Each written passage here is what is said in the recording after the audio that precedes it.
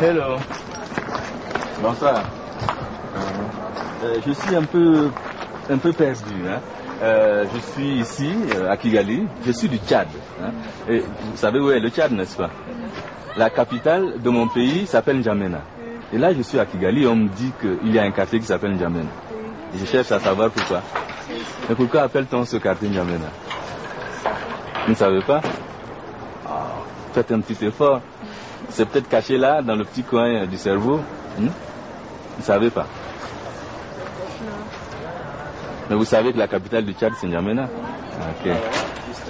Alors justement. Et ce qui est très étonnant. C'est très étonnant, mais ouais. Ce quartier s'appelle aussi N'Djamena, quartier N'Djamena. Venez vers ici, on va en causer en fait. Ah, encore. Il n'y a pas de problème. On va en causer. Il y a N'Djamena au Tchad. Et N'Djamena, en fait, ça veut dire nous nous reposons. Nous nous sommes reposés. Oui, oui. C'est un peu comme on dirait Dar el Salam. Dar el Salam. Voilà, c'est l'endroit où on se repose, c'est l'endroit de la paix. Alors, votre objectif maintenant de venir ici avec les caméras? Oui, c'est que on est là pour découvrir. Vous êtes là pour découvrir les quartiers? Pour découvrir les quartiers, et on m'a dit qu'ici ça s'appelle N'Djamena. Ça m'intéresse particulièrement parce que... Vous êtes journaliste ou bien qui? Non, moi je suis un écrivain. Vous êtes un écrivain? Je suis un écrivain. Vous vous appelez comment? Poulsi Lamko. Poulsi Lamko. C'est ça, je suis originaire du Tchad. Pourrez-vous me donner votre adresse? Un jour, je peux correspondre avec vous. Ben, ça, se mettre en relation, mais il n'y a pas de problème. Je crois que c'est une bonne initiative. Si. Je n'ai pas l'adresse là tout de suite, mais je vais vous la passer tout à l'heure. Si vous avez envie de faire toute la découverte du quartier avec moi... Non, vous m'attendez, je prends... D'accord,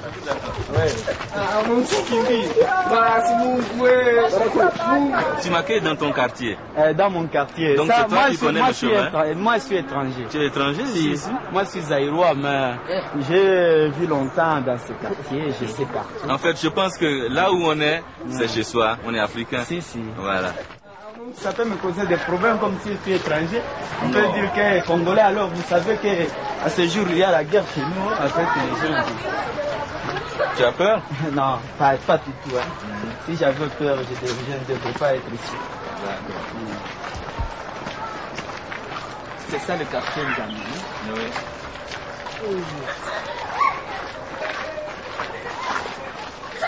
C'est ici où j'habitais auparavant.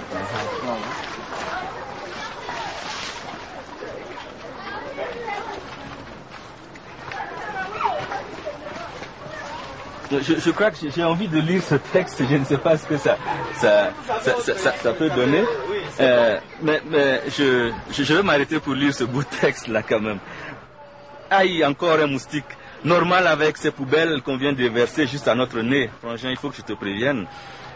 Tu grandiras, bientôt tu connaîtras le vertige des rigoles, des versoirs d'urine et les innommables gargouillis visqueux et putrides. En plus... le toit de fût rouillé pisse la pluie en hivernage. Eh oui, il faudra que tu t'accroches. Tu connaîtras aussi l'indigence qui partage nos couches et le gros bouillon de semoule avec les mites, les cafards, les musaraignes, les rats, la fièvre, les moustiques. Aïe, encore un moustique. Et tu rencontreras la cupidité des hommes, leurs bêtises. Tu seras certainement parmi les premiers inscrits sur la liste des ratés et des chômeurs. Et je découvre, un peu comme Gardolé, le quartier Gardolé à N'Djamena, je découvre ici N'Djamena avec ses toits de fût rouillés. Et voilà, je me sens, je dirais, chez moi ici également.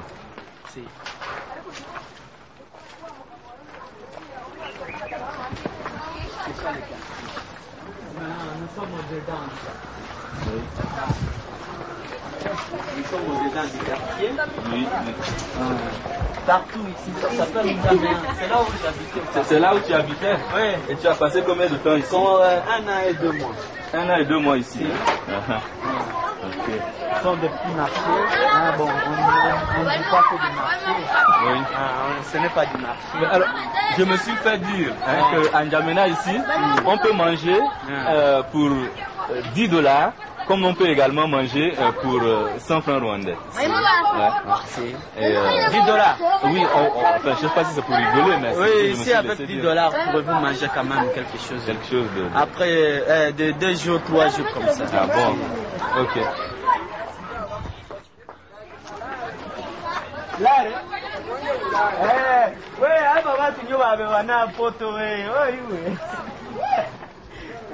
C'est ça le quartier. Nous n'avons pas d'argent parce que nous avons la frontière avec beaucoup de guerres. Mais tu me dis aussi que les gens ils sont pas contents parce qu'à côté il y a des gens qui sont dans les maisons à étage, c'est ça? Ce n'est pas un grand problème parce que il y a des étages, c'est parce que ils ont de l'argent aussi. Il y a de l'argent. Mais est-ce que tu crois que c'est normal qu'il y a des gens qui ont beaucoup et puis il y a des gens qui ont de l'argent. Il y a des gens qui habitent dans les Kivu de Bazungu. Et puis il y a des gens qui habitent N'Djamena. Est-ce que toi tu es content d'habiter N'Djamena ou bien tu veux aller habiter là-bas? C'est normal. Parce que moi aussi je voudrais habiter dans les Kivu de Bazungu. Ah bon? Tu ne te sens pas bien dans ton N'Djamena ici? Mon N'Djamena c'est parce que je suis pauvre. Si j'étais riche, je peux habiter à Kivu de Bazungu. Mais à Kivu de Rebran. Mais ici, tu as des frères, tu as des sœurs? Non, moi, je viens de Gitarama. Ah, tu viens de Gitarama. Ok. Mais tu as des amis avec qui tu dors quand même ici? Tu ne dors pas seul dans ta maison? Moi, je ne suis pas bien pauvre. Et puis que les autres qui habitent ici, moi, je n'habite pas ici. J'habite là, sur la route. Parce que j'ai un téléphone, j'ai une boîte postale. Et tu fais quoi dans la vie? Moi, quel travail tu fais? Moi, je fais beaucoup de travail. Mais quoi par exemple? Moi j'ai envie de connaître, enfin, moi je peux te dire que j'écris des livres, que je fais de la guitare, je joue de la musique, mais toi tu peux me dire aussi ce que tu fais, c'est bien de se connaître. Moi j'ai un peu d'argent, je peux aller acheter des bières sur les ponts, et après je peux ramener sur les cabas, sur les petits bars. Ah, tu fais un petit commerce quoi? Oui, moi je fais un petit commerce. Je vois que tu fumes beaucoup, hein? Ce n'est pas beaucoup. Non, j'ai vu là, depuis qu'on s'est rencontrés. C'est à cause de la guerre. J'ai rencontré avec beaucoup de problèmes dans la guerre. Ah oui. Et avec la cigarette, ça passe, tu crois? J'ai l'impression qu'on est déjà passé par ici. Pas encore. Ce sont les femmes du quartier. Bon. Vous connaissez le chemin? Ouais, c'est ici, hein. L'entrée du N'Djamena. Ah oui. Ici. Ce sont des petits restos, hein. Oui. Au fond des petits restos. Ouais. Là où mangent les gens, parce qu'ils n'ont pas les moyens. Là aussi, il y a le garage. Oui. Ici en bas, c'est les goudrons qui passent vers là, jusqu'en ville. Bon, il n'y a pas de problème. Bon, c'est ici la limite du N'Djamena ici. Hein? Et puis descendre vers là. Et puis monter. Il n'y a pas, ce n'est pas très bien. Le N'Djamena n'est pas très grand. Ah, c'est un petit quartier. C'est un petit quartier surnommé N'Djamena. Moi, je suis nouveau dans ce quartier. Je ne sais pas pourquoi on l'a surnommé N'Djamena. Peut-être eux-mêmes, les Rwandais, c'est pourquoi ou bien. Si. Ouais. Mais moi, je crois deviner pourquoi. Vous m'avez deviné que c'est la capitale du Tchad. Oui, c'est bon. Malgré que vous êtes écrivain, on ne sait pas où. Vous êtes dans des recherches, parce que moi je sais tant des écrivains ont toujours des recherches, comme si vous êtes dans des recherches, il faut découvrir mieux. Tu penses qu'il y a combien, on peut évaluer à combien de gens qui sont ici? Combien de vivants? Combien d'habitants ici quoi? Ah, c'est bourré des habitants. Moi, je ne sais pas, il y a plusieurs maisonnettes. Dans une maisonnette, on peut habiter même 10 personnes parce que tu sais, c'est la vie de la capitale. Est-ce qu'il y a une ambiance le soir? Il y a quand même l'ambiance. Ça pompe du dombolo ou bien? Moi, je suis étranger, moi, je suis zaïrois. Bon, j'ai profité de l'occasion de vivre dans ces quartiers parce que ça promet comme si chez moi à Kisangani, comme si à Bukavu, ainsi qu'on sort. Il n'y a pas de problème.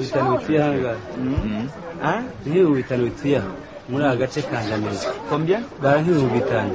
La population d'ici, c'est plus 5000 personnes. 5000 personnes qui habitent ici. Oui. Ah oui. Dans ce petit carré-là, 5000 personnes. Oui. Et c'est ce que je voulais savoir. Hein.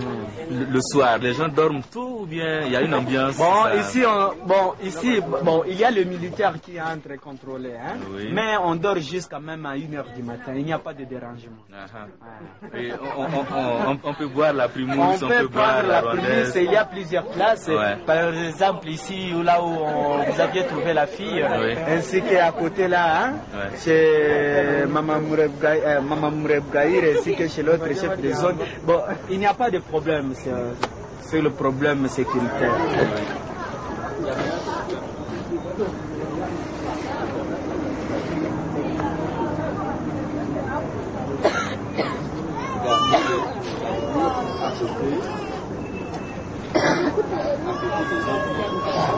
Bon, vous êtes venu brusquement, hein? Vous êtes venu brusquement. Alors quand on vient chez un frère, est-ce qu'il faut d'abord avertir? Non. Ce que j'ai envie de te dire, c'est que je suis content de t'avoir rencontré. Tu as ce livre. Vous me le laissez? Si tu veux bien, je pense que je dois te le laisser. Pas de problème. Il n'y a pas de problème. Il n'y a pas de problème. Et de toute façon, je reviendrai pour qu'on prenne ensemble une petite bière en N'Djamena. En fait, c'est chez nous. Là. Quand est-ce? Dès ce soir, ok? Dès ce soir. Dès ce soir. C'est vrai? Ouais. Ce soir ici. Ce soir là ici, mais on va aller chez la. Tu vois? Non, il n'y a pas de problème. Hein? Ok. Merci beaucoup. Bon, allez.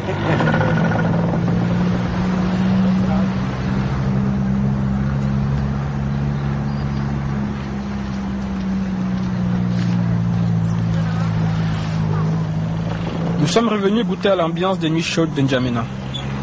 Nous sommes aussi allés à Remera et Kichukiro. Nous avons bu et bavarder, mais sans réussir à briser ce mur d'incompréhension érigé par notre impuissance au moment du drame et conforté au fil du temps par la douleur et le désespoir. Comment reconstruire cette fraternité brisée en 1994 ?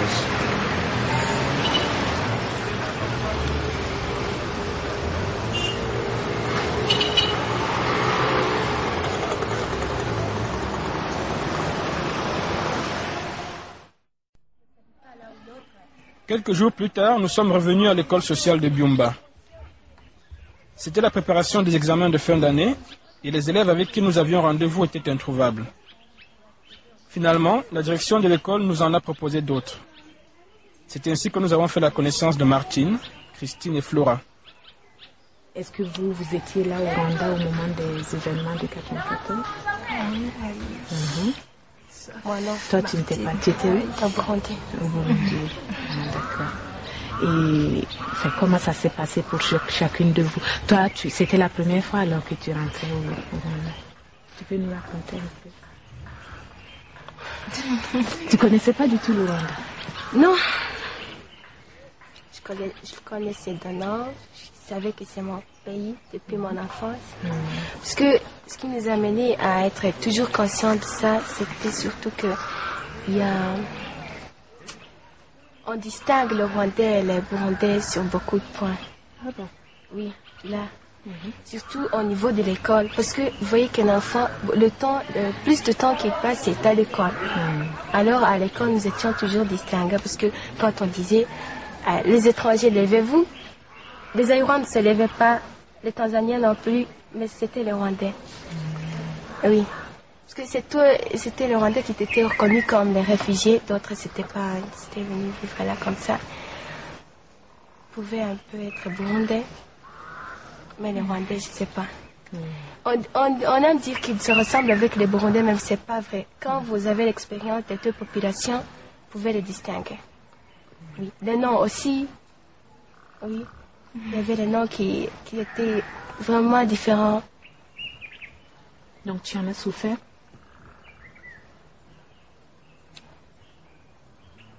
Pas beaucoup.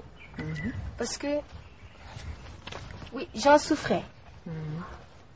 Mais je ne peux pas dire que j'en souffrais beaucoup parce qu'on dit qu'à chaque chose, malheur est bon. Ça m'a appris. Par exemple, la distinction qu'on faisait sur les points.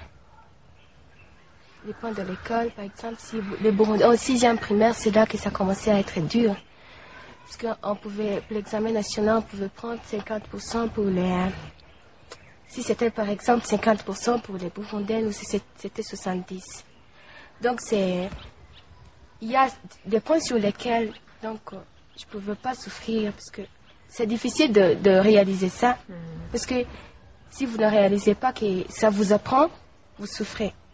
Mais quand même, la grande souffrance, là qui est particulière, c'est de ne pas être dans son pays, de ne pas avoir droit d'être dans son pays, d'être toujours appelé étranger. J'étais enfant, on me disait, lève-toi étrangère. Je dis, mais comment je suis étrangère? Donc réfugiée. Moi j'étais née au Burundi. Oui, mais comment j'étais réfugiée? Je ne peux pas comprendre. Alors les enfants allaient toujours chez leurs parents dire, mais maman, papa, comment je suis réfugiée? Moi, on me dit toujours à l'école que je suis réfugiée. Là, c'était un grand problème.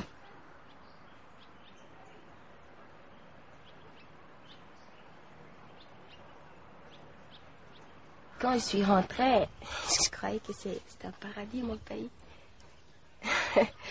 Mais maintenant, je me suis désillusionnée. Il y a beaucoup de problèmes. Et ça veut dire quoi? Que je dois participer pour les résoudre. C'est ça. Toi, tu étais ici, oui. à Byumba, Non, à Kigali, à Gitarama. à Gitarama. Et comment ça s'est passé? Tu avais peur, tu t'es caché, comment ça s'est passé? Oui, j'avais peur. On a commencé à tuer les gens, les autres étaient en train de réfugier. Je pensais qu'on va me tuer avec la famille, mais je n'étais pas à la maison. J'étais chez le cousin de mon papa. Et puis la famille restait là-bas. Et puis j'ai passé 2 mois en pensant que toute la famille est morte. Mais après j'ai rencontré des petits frères et des petites sœurs, mais les parents sont déjà morts. Donc tu n'as pas retrouvé tes parents. Ah oui. Et comment ça s'est passé après? Quelqu'un vous a accueilli et toi et tes Des sœurs? tantes. D'accord. Et tu as pu poursuivre tes études? Ah oui. C'est dur. Et toi? Moi, j'étais pas en 94, j'étais pas au Rwanda. Je m'avais réfugiée vers 93, oui. J'étais au Zaïre avec mes parents. Et puis, lors de la génocide, on n'était pas au Rwanda. On est revenu peu après. Donc tu vivais au Rwanda? Ah oui, bien avant. Et puis, tu es née ici? Oui, je suis née au Rwanda. Et puis, lors de la guerre de 90, on a commencé à tuer comme ça. Et vers l'année de 94, on s'est réfugié au Zaïre avec mes parents. J'ai fait mes études, c'est la deuxième secondaire, parce que on s'est réfugié. Quand on s'est réfugié, j'étais en première. Puis peu après, en 94, je suis revenue et j'ai continué mes études ici. Je vis avec mes parents, tout seul.